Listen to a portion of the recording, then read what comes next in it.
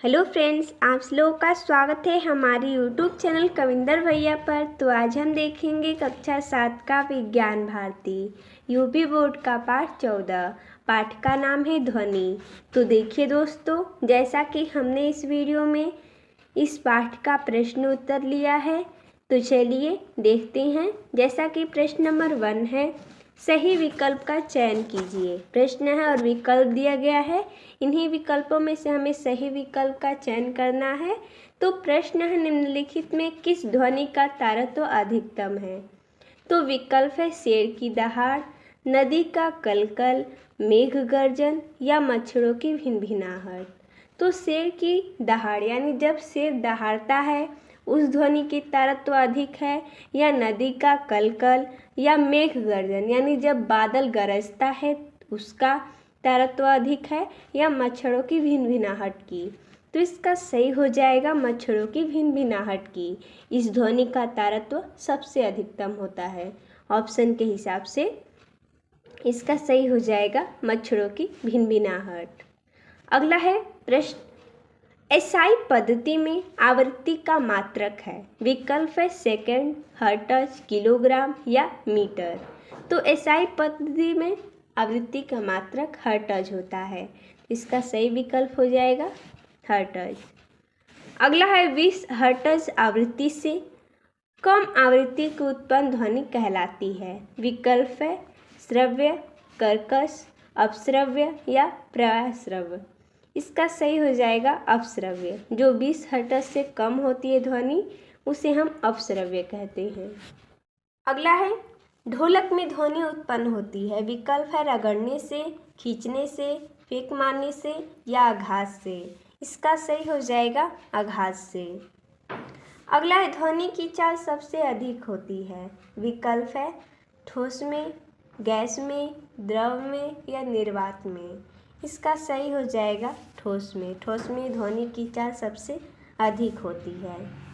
अगला है सही जोड़ी बनाइए। स्तंभ क के कथनों का स्तंभ ख के कथनों से मिलान कीजिए। तो जैसा कि आप यहाँ पर देख सकते हैं, स्तंभ क दिया गया और स्तंभ ख दिया गया है, हमें मिलान करना है। तो सुस्वर ध्वनि किसमें से निकलती है? हारमोनियम, ढोलक से उत्पन्न ध्वनि सुस्वर ध्वनि कहलाती है। और श्रव्य ध्वनि जो कि मनुष्य द्वारा सुनी जा सकती है, वह ध्वनि को हम क्या बोलते हैं? श्रव्य ध्वनि बोलते हैं। और अपश्रव्य ध्वनि है जो कि 20 कंपन प्रति सेकंड की आवृत्ति से कम होती है, जिसे मनुष्य नहीं सुन पाता है। बांसुरी की ध्वनि फूंक मारकर उत्पन्न हम करते हैं।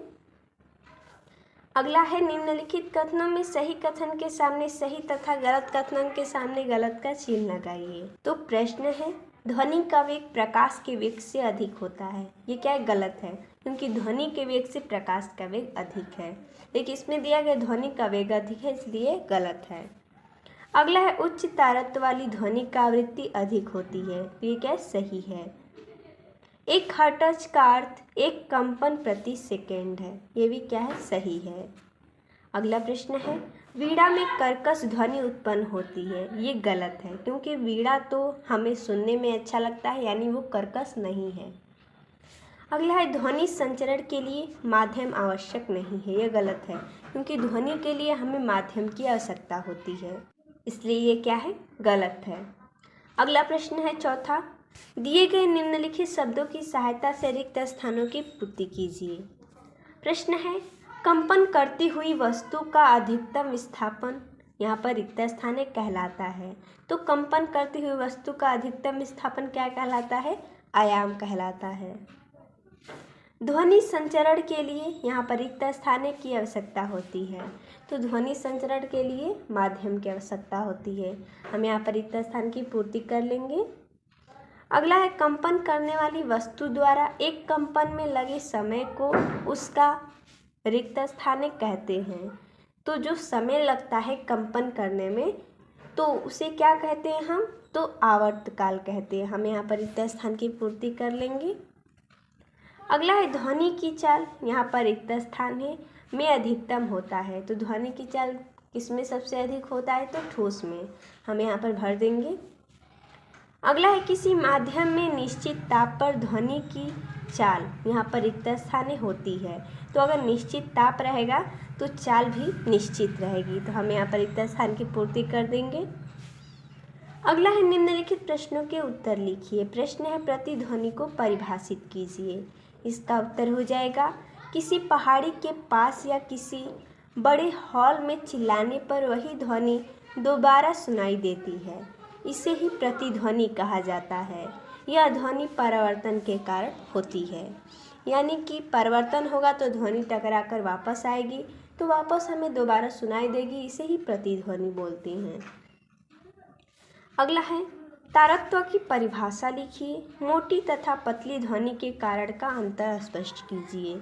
इसका उत्तर हो जाएगा तारत्व ध्वनि का वह गुण है जिसके द्वारा हम मोटी या पतली ध्वनि में अंतर कर सकते हैं, यानी कि हम तारत्व ध्वनि से ही उसके गुण को पता करते हैं कि वो पतला है या मोटा है।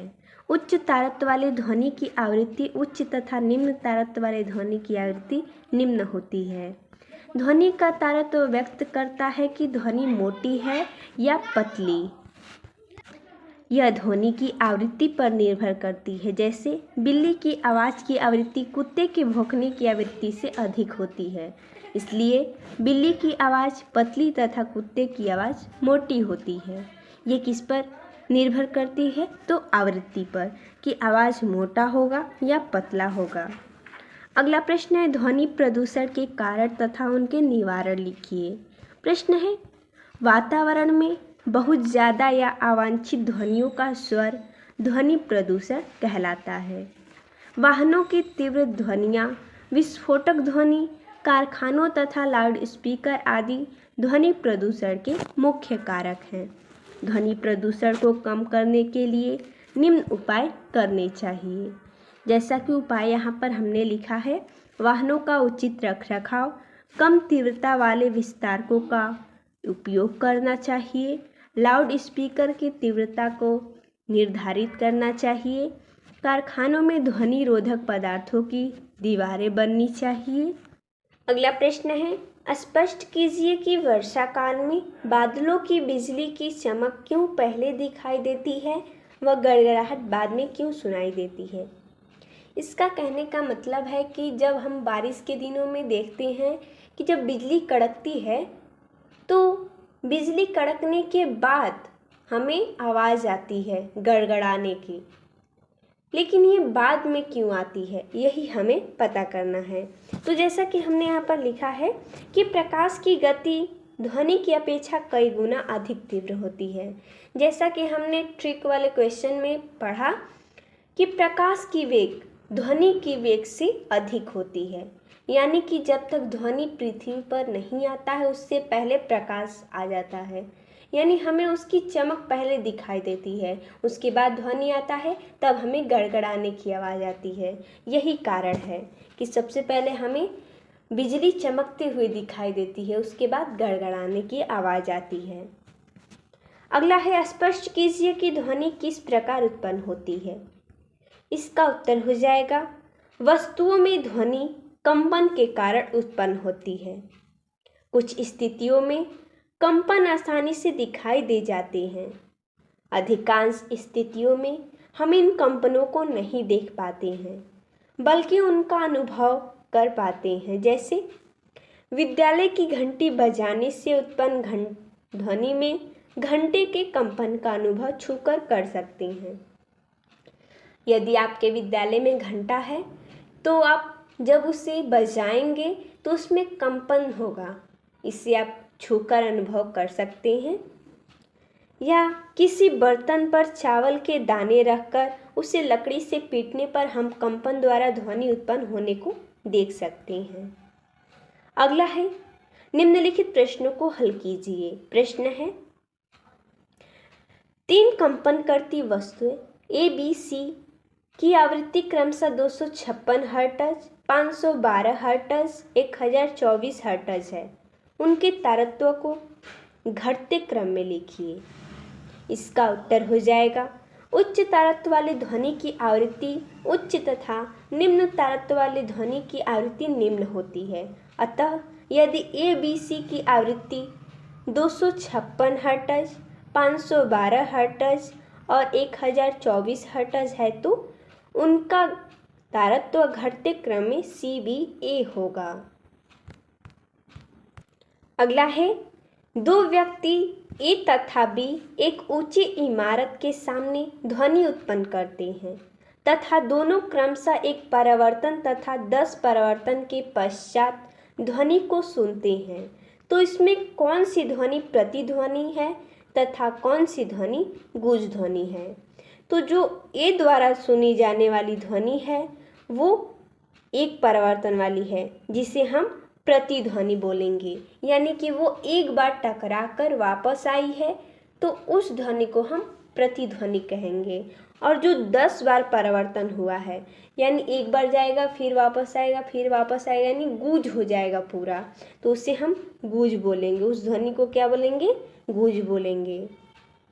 अगला है, हमें बांसुरी और कोयल की कुहू जैसी आवाज़ें कर्णप्रिय लगती है परंतु लाउड स्पीकर की तीव्र आवाज़ कर्णप्रिय नहीं लगती, ऐसा क्यों?